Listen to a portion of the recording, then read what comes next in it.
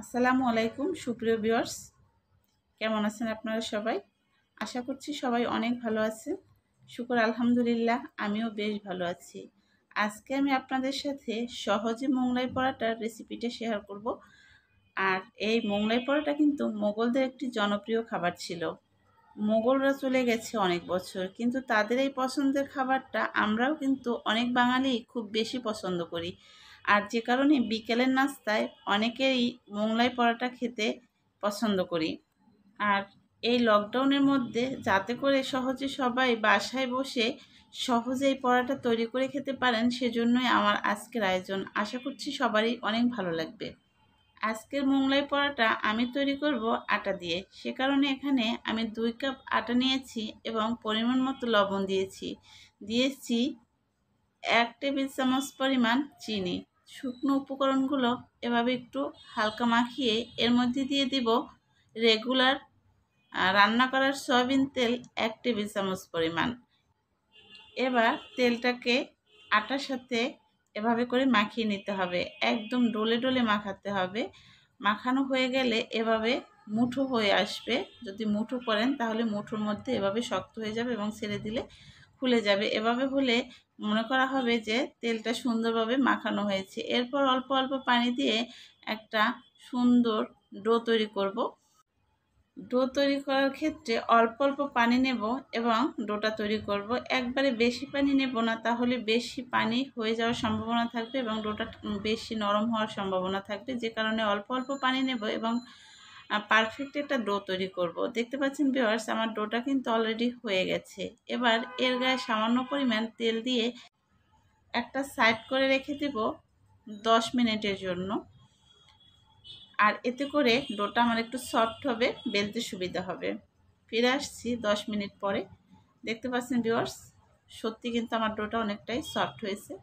এবার আমি যে কয়টা মোগলাই পরোটা করব সেই কয় ভাগে ভাগ করে নিব। তার আগে হালকা একটু মথে নিব। আমি আসলে এখানে 3টি মোগলাই পরোটা করতে চাচ্ছি, তাই ডোটাকে 3 ভাগে ভাগ করে নিলাম। এখান থেকে একটা টুকরো নিয়ে আবার হালকা একটু মথে একটা রুটি তৈরি করব। সামান্য একটু শুকনো আটা নিয়ে নিলাম।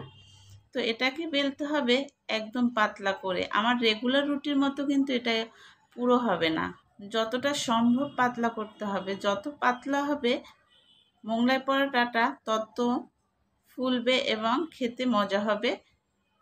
দেখতে পাচ্ছেন ভিউয়ার্স, আমার রুটিটা কিন্তু একদম পাতলা হয়েছে, একদম পাতলা হয়েছে। এর মধ্যে হালকা একটু তেল দিয়ে বেলে নিলে আরও সুবিধা হয় বেলতে। রুটিটা দেখে কিন্তু বোঝা যাচ্ছে যে অনেকটাই পাতলা হয়েছে, এটা বলার আর অপেক্ষা রাখে না। এবার আমি এর মধ্যে দিয়ে দিব খানিকটা পেঁয়াজ কুচি। আর পেঁয়াজটা যতটা সম্ভব পাতলা করে কাটতে হবে। দিয়ে দিলাম পরিমাণ মতো কাঁচামরিচ কুচি, দিয়ে দিচ্ছি স্বাদ মতো লবণ। এবার এর মধ্যে দিয়ে দিলাম একটা ডিম ভেঙে। আপনারা এখানে 2টা ডিমও দিতে পারেন।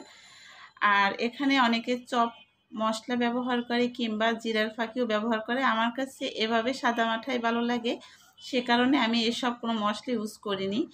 এখানে আপনারা চাইলে চপ মশলা কিংবা জিরার গুঁড়া কিংবা ধনেপাতা ব্যবহার করতে পারেন। তো ধনেপাতাটা সাধারণত আমিও ব্যবহার করি, কিন্তু আজকে আমি দেইনি। এবার ভিউয়ার্স লক্ষ্য করবেন বটাটা যেভাবে বটেছি ঠিক এভাবেই একটু বটে দিবেন। আর একটু লক্ষ্য করবেন যে প্রথম বটাটা যাতে খুব মোটা না হয়, তাহলে কাঁচা থাকতে পারে। এবার যে অংশটায় জোড়া দিয়েছি সেই অংশটা তেলের নিচে থাকবে এবং উপরের অংশটা এভাবে করে থাকবে।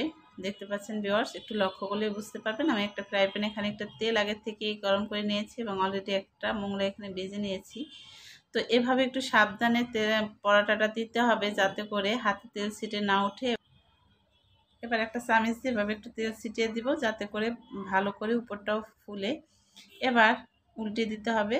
তো উল্টানোর সময় অবশ্যই 2টি চামচ ব্যবহার করতে হবে। একটা দিয়ে উল্টাতে যাবেন না, তাহলে তেল ছিটে উঠতে পারে। এভাবে সাবধানে উল্টিয়ে দিতে হবে।